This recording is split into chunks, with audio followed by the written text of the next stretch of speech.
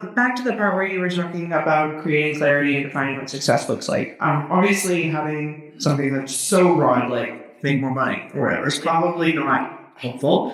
I think there's some value to having, more clearly stated objectives, what that looks like, and also meaningful milestones, not just the gigantic aspirational thing. But how do you balance that with not overly prescribing what that looks like and still allowing for the other voices or the innovation and stuff like that? How do you think about the balance of this? Absolutely, which is why I said you can't have a bite ivory tower experience. You got to engage with your people. So now, Lauren, it's about having leaders where you say, okay, our objective is to make more money.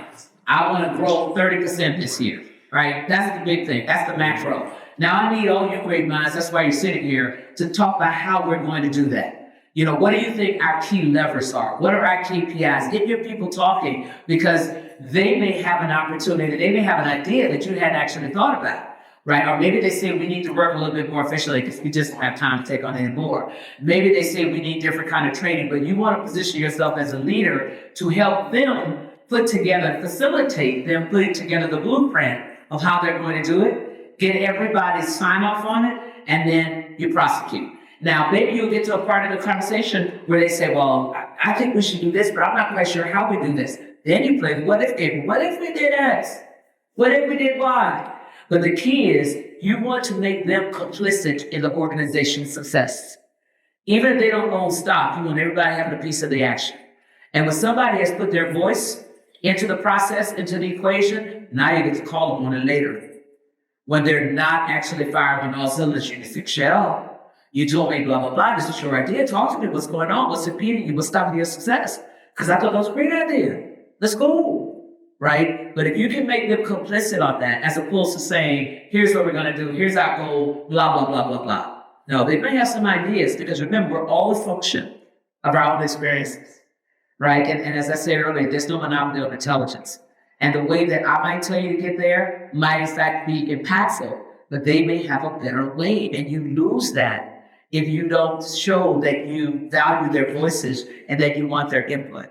And that's why I talked about the pearl of inclusive leadership. Because if you do that 4 times where you say, hey, what do you think so-and-so? What do you think so-and-so? The 5th time, your team's coming ready to play. Because they know that you're looking for a contribution. And they don't want to be that person that you called on and they got nothing. Right? So they're going to come ready to play. We have time for one more question there in the back. You talked a lot about bringing the best talent, going out, bringing the right people, strengthening across the board. You also talked a lot about internal development, be that next Nico's kings and future queens. How do you navigate when they don't quite align? How do you bring in the right people while also still motivating and internally developing? Yeah, absolutely. So with respect to internal development and anybody that you bring in from the outside, you must make sure that you're clear on what the report card looks like. So I'm a big fan of saying, hey, here's the A. If you do A, B, C, D, and E, this is the A. And I'm a fan of defining that up front, because it makes it easier for you when somebody's not firing on all cylinders for you to have that conversation. So let's say somebody gives you A and B, and we're talking about the internal candidate now. Somebody gives you A and B. Then you can come in, what's your name? Mike. You come in and you say, hey, Mike, I told you that A was A, B, C, D, and E, but you keep giving me A and B. So as a leader, that leads me to 2 conclusions. One, I need to give you more training and more coaching so you can, because my conclusion is that you just can't give me C, D, and E, or that you don't want them. And I'm assuming that it's not the latter. So let me get you some training. So now, 3 months into it, Mike is still giving you A and B's, not even touching C. Now you say, and maybe 6 months, I'm just giving you, loose timelines. But now you say, Mike, you and I had a conversation. It was A, B, C, D, and E. I was the A. And we've given you training, we've given you development, I've given you some time, and you're still giving me A and B. And like I said, only 2 conclusions. Either you needed training and development, or you don't want them. So I know it's not the first one, because it's got to be the second one. You don't want them.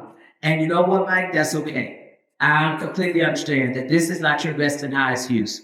But my job as a leader is to get you to a place where you have an opportunity to win, so you can soar. But clearly it's not on my team. So talk to me about what you need. Let me help you, right? Because it's not here. So by defining what success looks like and the A up front, then you give people an opportunity because when they know what they're playing for, they always deliver beyond that. Always, right? So now you're giving them an opportunity to move on. With somebody new coming in and you define that same A, they're going to be highly motivated because this is a new thing. The key when you're bringing people in this environment now is just to make sure that they're going to be a cultural add. That's what you should be interviewing for. Is this person going to be a cultural add? Are they going to enhance it? Maybe they'll help me change it. Maybe they're going to be a good inspector of persons. Once you've got through whether or not they can do the job, you just want to make sure they don't upset the ecosystem because all cultures are fragile in this environment because of the introduction of artificial intelligence. It's created to fear. And so it therefore is impairing the culture. And so you have to be mindful of that when you're bringing in this talent.